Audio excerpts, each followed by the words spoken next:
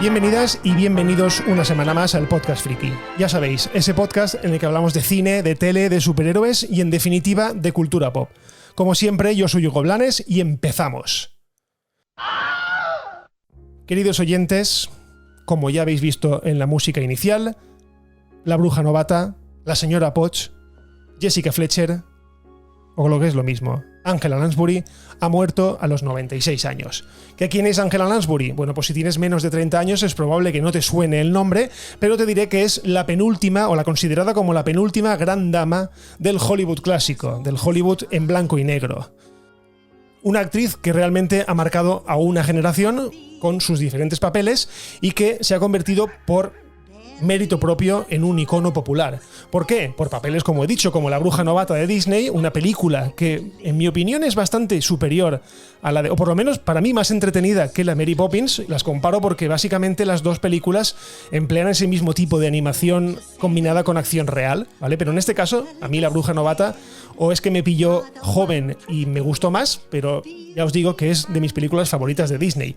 También conocida por ser la señora Poch, es decir, la tetera de La Bella y la Bestia, pero sobre todo será conocida por toda mi generación, generaciones anteriores y posteriores, por interpretar a Jessica Fletcher, la escritora de novelas de misterio en la fantástica serie de los 80 Se ha escrito un crimen.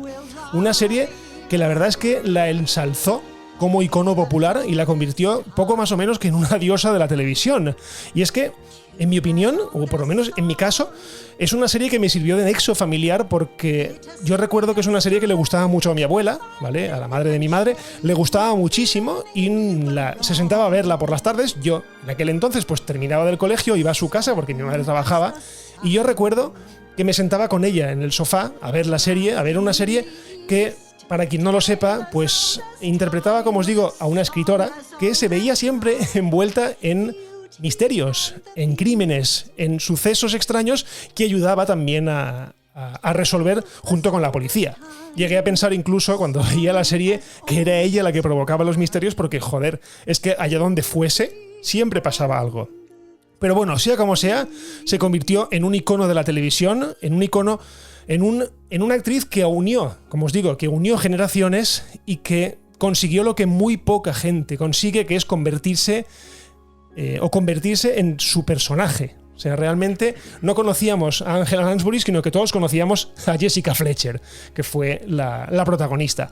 Pero ya os digo, ha muerto en su casa, tranquilamente, ha muerto durmiendo y solo podemos agradecerle toda esta vida dedicada al cine, toda esta vida dedicada a la interpretación y a darnos papeles memorables. Papeles, por ejemplo, como el de Jessica Fletcher, que ya os digo que estuvo a punto de no interpretar, porque entonces, en los años 80, se consideraba como una bajada de pantalones el venir del cine e irse a la tele, no como ahora, que se considera casi al contrario, ¿no? Que una estrella de cine, su fin es terminar en la tele para acabar de explotar y acabar de ganar muchísima pasta. En aquel entonces no, se veía como un paso atrás, como algo menor.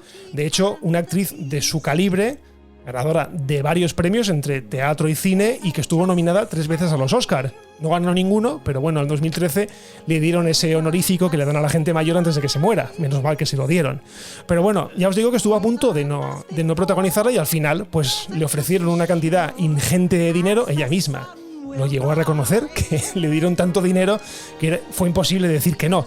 Pero bueno, siempre estaremos agradecidos porque participara en esta serie y porque pusiese de moda lo que son las series de televisión, porque hasta entonces, pues sí, era algo que existía, pero esa serie yo creo que fue el primer gran bombazo mundial que no fuese un culebrón, que no fuese algo como Falcon Crest, que no fuese algo como Dallas. Era una serie de misterio y que la verdad es que nos atrapaba muchísimo a todos. Como he mencionado, su último gran papel, al menos ese gran papel con repercusión mediática, fue cuando le puso la voz a la tetera de La Bella y la Bestia.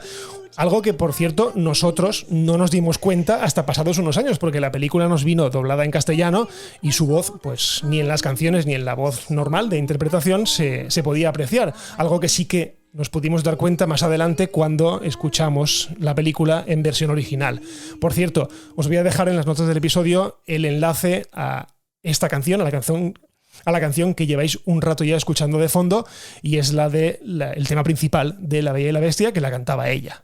En fin, Una triste noticia, no es que fuese algo inesperado porque la mujer ya era muy mayor, ¿vale? Pero nos llegamos a creer que pertenecía a esa estirpe de actores o actrices que no iban a morir nunca. Al final mueren, evidentemente, pero ya os digo que lo que deja es un legado maravilloso de películas, un legado maravilloso de series y un legado maravilloso de simpatía, porque, ¿qué queréis que os diga? Es que aparte de buena actriz, es que se le veía buena gente. Cualquier entrevista que se veía, cualquier fotocall en la que la entrevistaban, siempre mostraba una cara súper amable, súper, no sé, era una persona humilde con un tremendo bagaje a sus espaldas de trabajo y más trabajo, pero que nunca perdió esa humildad y ese dar a la gente lo que quiere, que es felicidad y buen hacerle en el cine.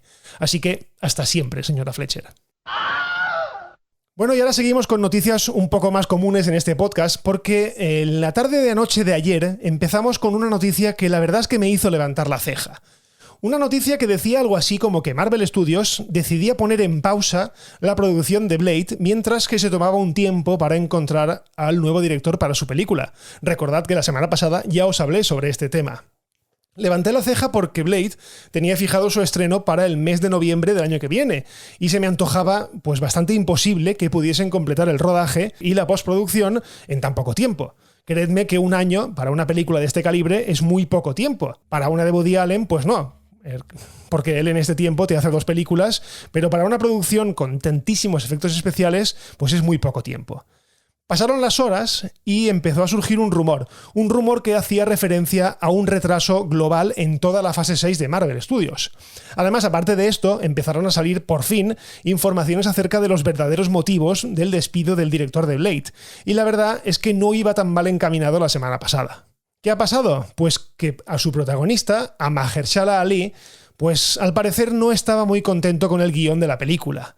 Y claro, si fuese un actor del 3 al 4, pues dirían, mira chavalote, si no te gusta el guión, pues te aguantas. Pero claro, Mahershala Ali tiene un Oscar y claro, la película se ha montado por y para él. Es decir, es como una película de Marvel Studios con un tío súper serio para darnos cuenta de que las películas de Marvel Studios también pueden ser muy serias. En fin, volvamos a la noticia que os quería contar realmente, que es que, bueno, me voy por las ramas y se me va el tiempo y luego me decís, Hugo, que es que a mí me gustan los episodios cortitos. Matías? Pero bueno, esto es una indirecta.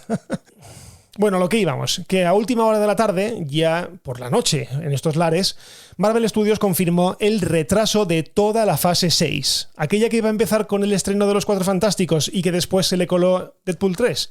Bueno, pues esa fase enteramente ha sufrido retrasos. Para que os hagáis una idea del tamaño de los retrasos, aquí os detallo algunas de las nuevas fechas. Blade, la película que nos ocupa, antes se estrenaba el 3 de noviembre del 2023. Ahora pasa al 6 de septiembre de 2024, es decir, prácticamente un año de retraso. Algo lógico, por lo que os he comentado. La película necesita mucho más tiempo de producción y un año se antojaba totalmente escaso. Deadpool 3, que casualmente anunciaron su fecha de estreno hace 2 semanas. Bueno, pues pasa a estrenarse el 8 de noviembre de 2024. Antes era el 6 de septiembre de 2024. Es decir, solamente un par de meses. Los Cuatro Fantásticos se estrena ahora el 14 de febrero de 2025.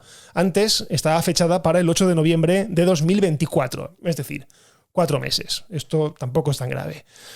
Lo gordo viene aquí, y es que Avengers Secret Wars, la segunda película de Avengers de la fase 6, aquella que iba a ir 6 meses después de la de Kang Dynasty, la primera película de los Avengers desde Endgame, pasa a estrenarse el día 1 de mayo de 2026, antes el 7 de noviembre de 2025. ¿Qué quiere decir esto? Pues que íbamos a tener 2 películas de los Vengadores en 2025, separadas por apenas 6 meses, y esto se va al traste. Vendrá a ser algo similar a lo que ocurrió con Infinity War y Endgame, es decir, 2 películas de los Vengadores separadas por solo un año. Pero bueno, tocará esperar. Aparte de estas que os he mencionado, habían 2 que todavía no tenían título, pero Marvel había reservado la fecha, algo que suele hacer bastante común, ¿vale? Reserva la fecha y luego hace público el nombre de la película. Seguimos sin saber los nombres, pero ambos títulos también se han retrasado porque pertenecen a esta fase 6. En fin, algo que se veía venir, algo que es triste, pero al final yo creo que el retraso de Blade ha arrastrado todo lo demás. Esto significa que Blade es una pieza más o menos fundamental dentro del engranaje de Marvel Studios, de la fase 6, y por lo tanto, si Blade se retrasa todo lo demás. Es algo así como si se hubiese retrasado la película de Capitana Marvel. ¿Vale? Capitana Marvel vino justo después de la película de Infinity War, nos presentó a Carol Danvers en Capitana Marvel y luego tuvimos Vengadores Endgame. Si esta película se hubiese retrasado también a Vengadores Endgame, básicamente porque si no salía esta película, no teníamos explicación de qué pasaba en Vengadores Endgame. Por lo tanto, yo me atrevo a pensar que Blade tiene mucho que ver en todo este retraso y que es parte fundamental dentro de la fase 6. Así que nada, toca esperar. Bueno, y seguimos con un par de noticias que tienen un denominador común, y ese es Superman. La primera, que Henry Cavill se rumorea, que va a volver al universo cinematográfico de DC.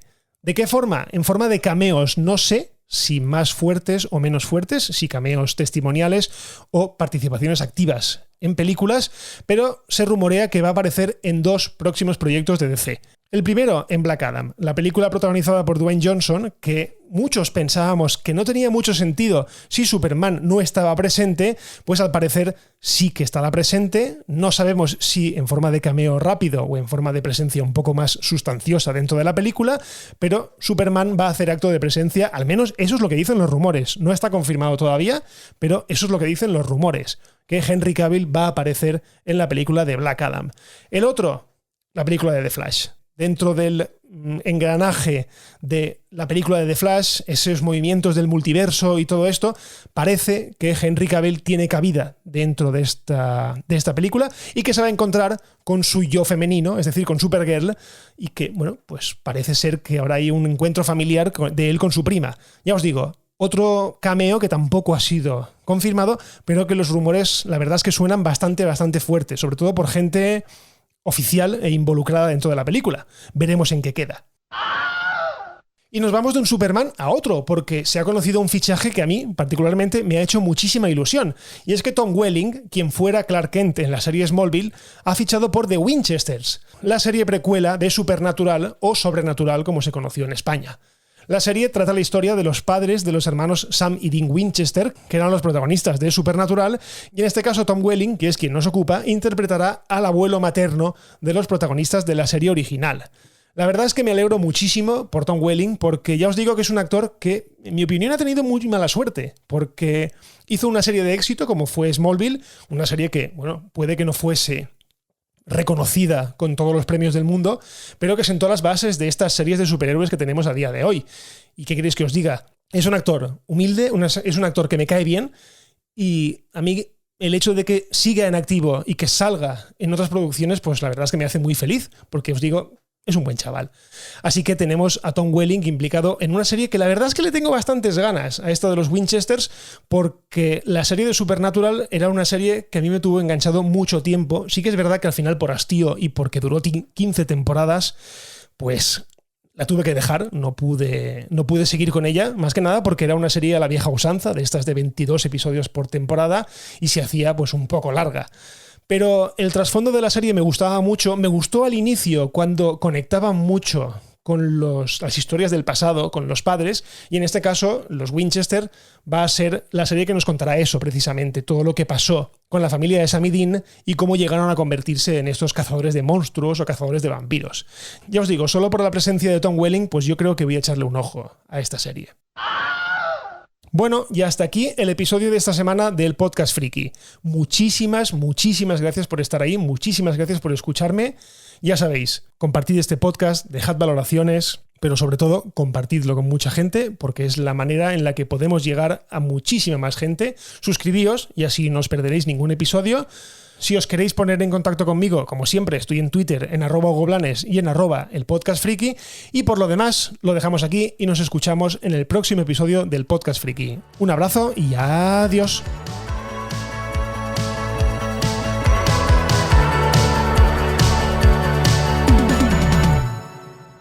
Bye bye, hasta otro ratito, ¿eh?